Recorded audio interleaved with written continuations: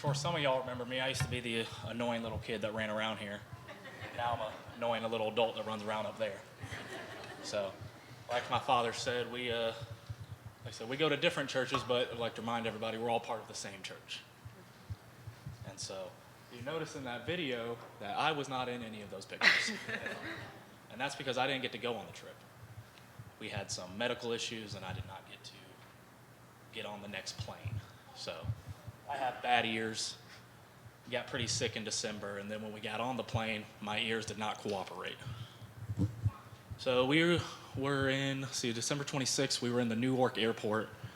It was a crazy thing because Southwest Airlines had canceled about 70% of flights. And I couldn't hear anything, but there was a lot of commotion going on. And so we had to figure out what to do, because before we had got on the plane, we knew I might have some issues. And we talked and prayed about it, and we just decided, I was pretty sure I wasn't going to end up going on the trip. I felt that's what the Lord had told me, is that it just wasn't time. But I got on that first plane anyway, and he reminded me and humbled me pretty quickly that it was not time. But I have a verse I had, and it was speaking about timing, because, again, we could not think, how would you guys provide for us and allow us to go on this trip and not be able to? So Isaiah 60, verse 22, it says, "No matter what you may be facing today, trust in God's assurance that everything will fall into place in his perfect time." So we had struggled with why I couldn't go, but it was his plan is always better than our plan. And so then I stayed in with a buddy of mine, picked me up from the airport. Still don't have my luggage. Like right now, still doesn't have it. Still, but maybe the Lord will provide a check from Southwest Airlines. So, whatever. But anyway, my wife did get to go on the next several plane rides to spend 2 weeks over there. And she's been over to Kazakhstan 7, 8, plenty of times, enough to develop a relationship with people who have grown there. So my wife will be speaking the majority about what happened on the trip, because, again, I was not on the trip. She is a woman that is led by the Lord in everything she does. Every decision we make, she consults him, and she reminds me that he is in control. And so y'all get the privilege to listen to her speak about this. Thanks. Hello. My name is Dalen Collins. For those of you who may not know us, we are BJ and Dalen Collins. Among many others, we belong to Brian and Joanne. And I'm very happy to belong to Brian and Joanne. The first thing I'd like to say is thank you. Whether you helped us or not, you did.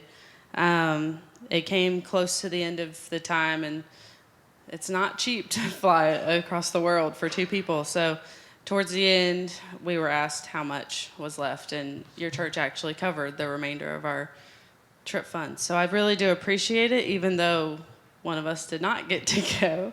I'm going to read most of this because I will get off track if I don't. A part of you sending us out, it's just as important as us actually going. As we've been blessed by going, and the people who were there were blessed by going, you will be blessed also for sending us. So thank you for that. Like BJ said, I've been to Kazakhstan more times than I can actually count. I've actually lost count. I can kind of look back on pictures from Facebook, but I've been going since high school, so I don't know. I praise God that I don't know how many times I've been there. Every trip is unique in its own way, though, but not a single one has been like this last one. I've never been as a married woman. I'm not sure if I've ever seen the Lord move in a more visible way than he did in this past trip. A few weeks before the trip, as BJ said, a couple things happened, but it wasn't just BJ. One of our leaders had to make a decision to stay home with his wife.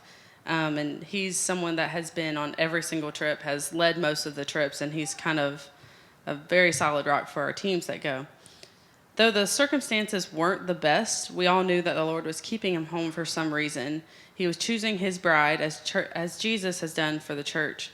It is actually it's a beautiful story of restoration from years past. Still, it was a little scary for some that he wasn't going, but he was a staple on every trip I've personally been on. He's been on way more trips than I have. So our numbers went from 18 to 17 on that day. At this point, a woman from our church said she felt like the Lord was showing her that we were Gideon's army. I don't know if you've heard that story, but it's basically where the Lord kept telling them, you have too many men in your army, you need to send some home. And he did it multiple times. We didn't know that he would keep doing that. So this is how the Lord would show off to us and everyone involved. As many of you have already heard, we did lose another member of our team. It was slightly traumatic to watch him leave our team in the Newark airport. If I'm being completely honest, I was really questioning what the Lord was doing at that moment. I thought to myself, why would the Lord not heal him and want him to go? Why is he not supposed to go? And if I'm being completely honest right now, I still don't know completely. I have an idea, though. The Lord made it abundantly clear that the people who did make it there were absolutely supposed to be there. I think it showed many on our team that even though they didn't know why they were coming or they thought they didn't have a purpose on the team, he would show them why they were there. And I think they were all pretty confident that they would find out. We did have one girl on our team who was delivered from demonic oppression. We had relationships restored. We had leaders come into their own. We watched teenagers become young adults and pull their own weight on the trip. It was abundantly clear that each person was supposed to be there. Most of our trips consist of reuniting with friends made over the years. We spent a lot of time eating with one another and fellowshipping with one another. This trip was over New Year's, and they go pretty hard for New Year's. It's kind of like Christmas around here, but with fireworks. So it's kind of like 4th of July, New Year's, and Christmas all wrapped into one fun night. And it kind of feels like a war zone because you can't actually see a lot of the fireworks, but you can definitely hear them. Something we did for the community was we made hot chocolate for everyone out of Nutella. Don't know if you guys have tried Nutella hot chocolate, but it's delicious. So we did that. We made hot chocolate for everyone in the village that we were at, and we shot off fireworks in the nearby soccer field. Afterward, I remember speaking to a few of the locals. They said how much they appreciated it, that they would make this a tradition from now on, that their communities never come together like this, so they were really thankful for it. But the really cool part about it was that we had believers and unbelievers alike coming together just to celebrate, just not any specific thing, just to celebrate a new year, just being together.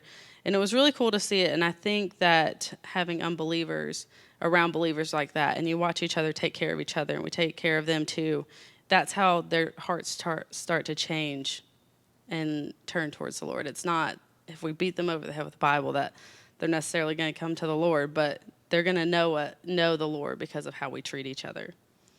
We were involved in a special needs camp that we did not go clubbing. I know it looks like we went clubbing.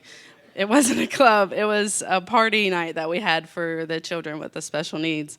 And they shredded up a ton of paper, and they just started throwing it everywhere, and they just had the time of their lives.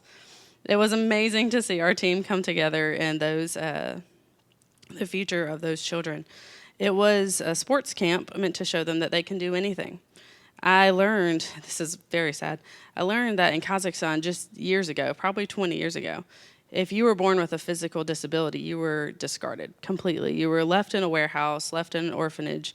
They were deemed completely unworthy of a quality life. But there's a family there that we've known and supported for years. One of their daughters has cerebral palsy. You saw her in the video. Her smile is incredible. The joy she has is infectious. She's probably the happiest kid I've ever seen, actually. This is the family that runs the camps a few times a year. It was truly amazing to see. In a country where these kids used to be cast aside, they were now being celebrated because the Lord can do things like that. One thing I look forward to on every trip is meeting with their prayer intercessors at their church. They are mostly the older women of the church who come together and pray often. It is humbling to pray alongside of them, for them, but to be prayed over by them, it's one of the most moving things that happens every time. That same evening that we met with them, I was honored to speak to over 200 women in a celebratory women's event that they held. They had a men's event the week before that one of our members spoke at. But it was really cool because they had the men of their church serve the women dinner, and then we had worship together, and then I gave a testimony. I'm still praying that the word that I gave has lasting effects on their lives, not because of anything I said or did, but that the Lord moved in their hearts.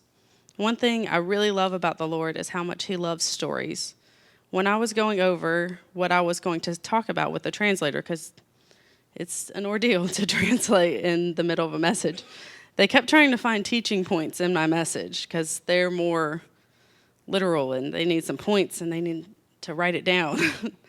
But when I was going over it with them, they were confused about parts of my story because they weren't perfect and they didn't understand why I would teach them something like this. But here's the thing. The Bible is full of stories about imperfect people, all pointing us back to Jesus. That was my goal. My goal was that my story would point people to Jesus, and I pray that my life always points people to Jesus, because that's all that matters. If you haven't gathered yet, these trips aren't like your typical mission trips. We don't go off and build houses or install water filtration systems. That is, anymore.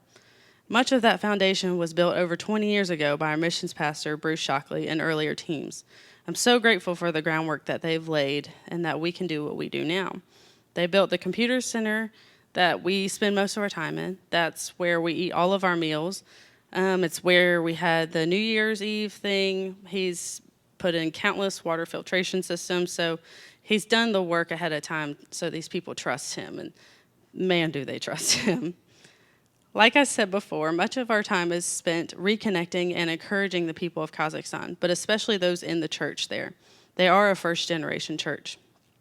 I've heard the doubts about these kinds of trips and that we don't really do anything. What they're not considering is the reach that these people have to go into their surrounding countries.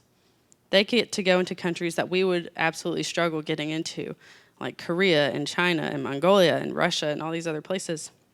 But they speak the languages we don't know. It reminds me of Paul and his letters. He still made the trips and went out into the world, but he also spent time and effort into encouraging other churches to do the same thing. I kind of want to do that today. That's kind of why I'm here, is to tell you about it so that you can go out and encourage others to just tell people about Jesus. It sounds a lot harder than it really is. But again, I just wanted to thank you all for helping our team get to Kazakhstan. Thank you for letting me share today. As we encourage our friends in Kazakhstan, I want to encourage you to also bear your cross. Whether your cross is across an ocean or across the street, Jesus is worth telling the truth about. He is worthy of choosing, and we all know that. And if you don't already know that, I'm here to tell you, he's worth choosing. He loves you more than you could ever imagine. He shows his love perfectly. He is our perfect friend, our perfect comforter, our perfect protector. He's worth telling others about. He's worth showing our love of Christ. In John 13:35, he tells us that our love for one another will prove that we are his disciples. Our love for one another will point others to him, and that's the whole point. Again, thank you for letting me share.